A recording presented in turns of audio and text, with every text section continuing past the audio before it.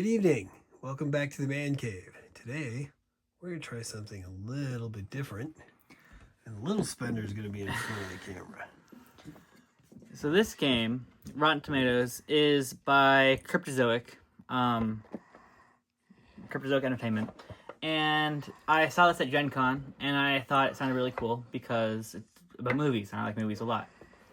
And so it's just a quick, 20-minute game. Let me read the back. How well do you know your movies? Step 1, start the game with your movie cards arranged by tomato meter scores. Step 2, the player to your right draws and reads out a movie's details except for its score. And step 3 is guess where the movie ranks among your cards. Wild cards add a plot twist to gameplay and test your group's movie knowledge. So let me go inside. So it says, how many players? 2 to 20 players. Nice. Ages 10 and up, and can go 20 minutes to however long, because it has a nice, large amount of cards. I'm not as stable with this as you are. Okay, that's a lot of cards. A lot of cards, and they're very thin cards, so a lot of them are packed in here. I can't zoom back out.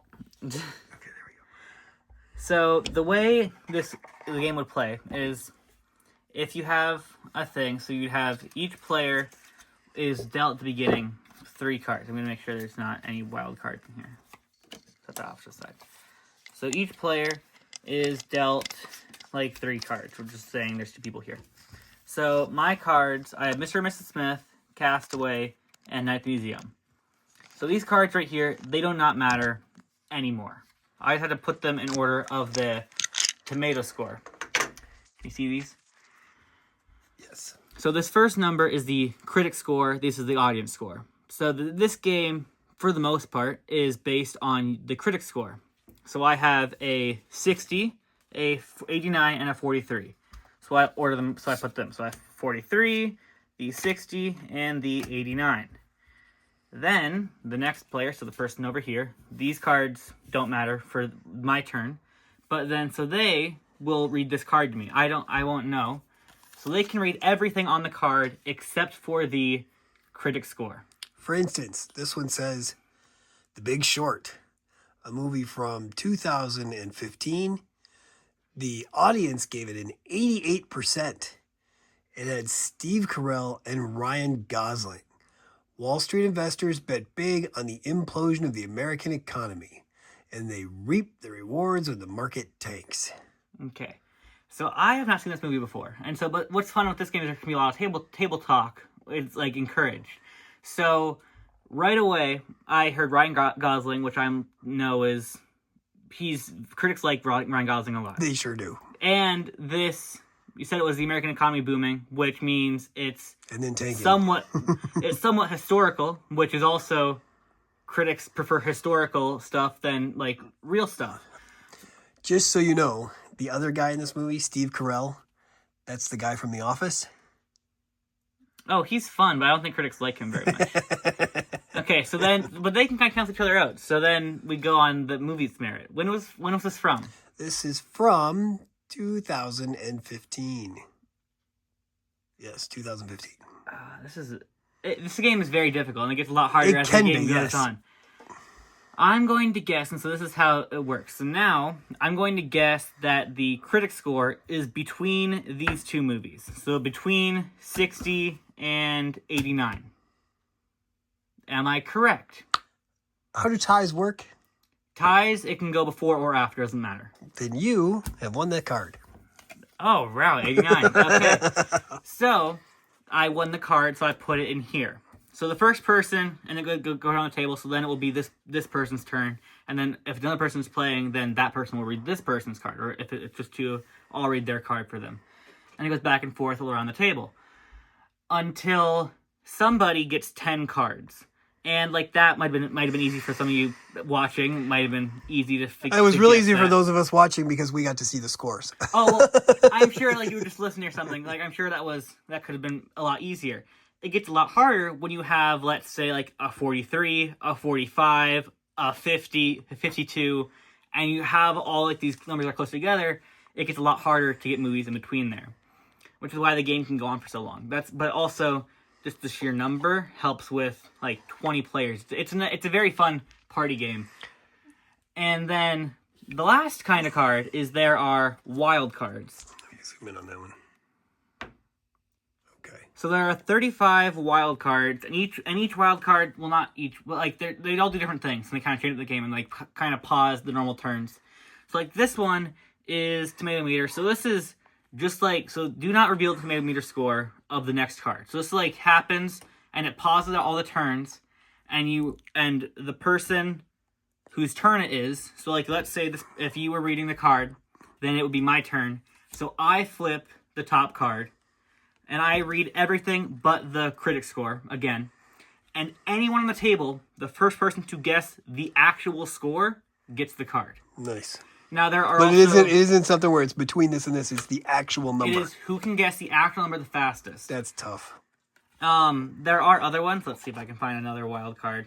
Okay, here's one. This one's a purple one because they're all different colors. So this one is the cast. So again, if it was my turn, I read the whole thing except for the 2 cast members because each card has the 2 stars of the film. So then I would read out the card, and everyone on the table has to guess. The first player to shout out both of the movie's main cast members wins that card. And so that just is a little pause of the game to get anyone who could be like losing like a little bonus card. And then it goes back to the turn. So let's say then that resolves. It goes back to he takes another card for me and reads it out, and it's back to my turn still. So this says there are 35 different types of wild. No, 35 No, there's 35 wild cards 1, total. 2, I think 3, 4, 5 types. So there's 7 of each approximately. Probably, yeah. So there's one for the cast, the audience score. I think there's one probably for the year, for the title. I'm sure. Maybe it says them on. Maybe I can see them on here. Yeah, the title, tomato score, the cast, the audience score, and whatever the blue one is. If I can find the blue one. The blue one is the release year. Okay. Okay. Do you remember how much this game was? This game I believe was $25 at Gen Con, which is I don't think that was bad at all. I have played this game I think twice now. I think twice because we played it before we came back. I don't think I played it since coming back. Did we only play it twice? I know we played it. I think we played it 2 nights. The problem is we just then spent hours talking. Everyone, we spent hours with this game talking about like. Because a lot of times you can also cause arguments too between like, but a good was really good or I didn't like this movie at all. A good party game does that though. It gets people talking. So. It's not like you're yelling at each other. It's just like having a talk of like what actors you like or that kind of thing. So it can lead to a lot of fun conversations. Some of these wild cards do get very difficult, especially like, at least for us, the cast, because we are not, well. Like in the household, really, we're not like, I know this actor's name. It's, oh, I know that actor from this other thing. Right. Like how you just said Steve Carell is, the guy from Office. Yeah. Like, you said that, I'm like, oh, I know who that is. Yeah. I wouldn't have been able to be like, oh, yeah, I know who Steve Carell is. Right. So, and it's that, so that could be, so those, and it just depends on what your knowledge is. So some people could. And your age, I think, has a lot to do with that, because some people will be like, Steve Carell, oh, that guy from the fake news show that you know, the Daily Show back in the day. Yeah, and so these cards, I don't recall when was it. I do not remember when this was released. This game is from. I don't think it's that old. 2023. Yeah, that's not that bad. The most modern movie I think I have seen. I haven't gone through all the cards. I think the most modern movie I've seen come up was Venom from 2018. I think is the most modern one that I've seen. And so, like, the game, maybe you could say it's out of date, but I think that's fine. It also opens it up to the possibility of expansions where they add new movie cards. Yeah. I don't know if Cryptozoic has that kind of idea planned for this, but... And I do like the way the box is sort of geared toward that's their size box now. That's even what the party, or the travel, the intro box, whatever it's called. The DC Deck Building is going to be a box like that now, too. No, we got this game the first day of Gen Con. And we played it that night, and it went for like 2.5 hours long. Yeah, we were supposed to go to bed early so we could get up the next day early to drive. We were like, let's play this game. It's supposed to be like around 20-ish minutes. And we had just spent hours talking about the films and the actors, and like, oh, critics don't like comedies like ever, but they kind of like more superhero stuff now because of the MCU. It kind of helped critics with that. Like a lot of times, it's like, oh, well, critics liked around this time period. They liked these kind of movies. Well, and the interesting thing we learned too is the Rotten Tomatoes score. Where that comes from is how many critics it's the watch average, a movie also has a play in because critics, I believe they either say like it's success, it's mid, or it's like bad, and then that's average to get the percent. I don't know if that's correct, but it's around that. That's how math works. Yeah, it's like it's an average. They math it somehow. It's an average of what everyone reviews it as. But this was the first game I believe that you picked for us to get it while we were there too. Yeah, it was. And I gotta say, it was a very good choice. That's why Little Spender here is in front of the camera tonight, because this is his game. He decided we need this. He even bought it. So I'm very impressed. I think it was a really good choice. It fits in very well with our other games.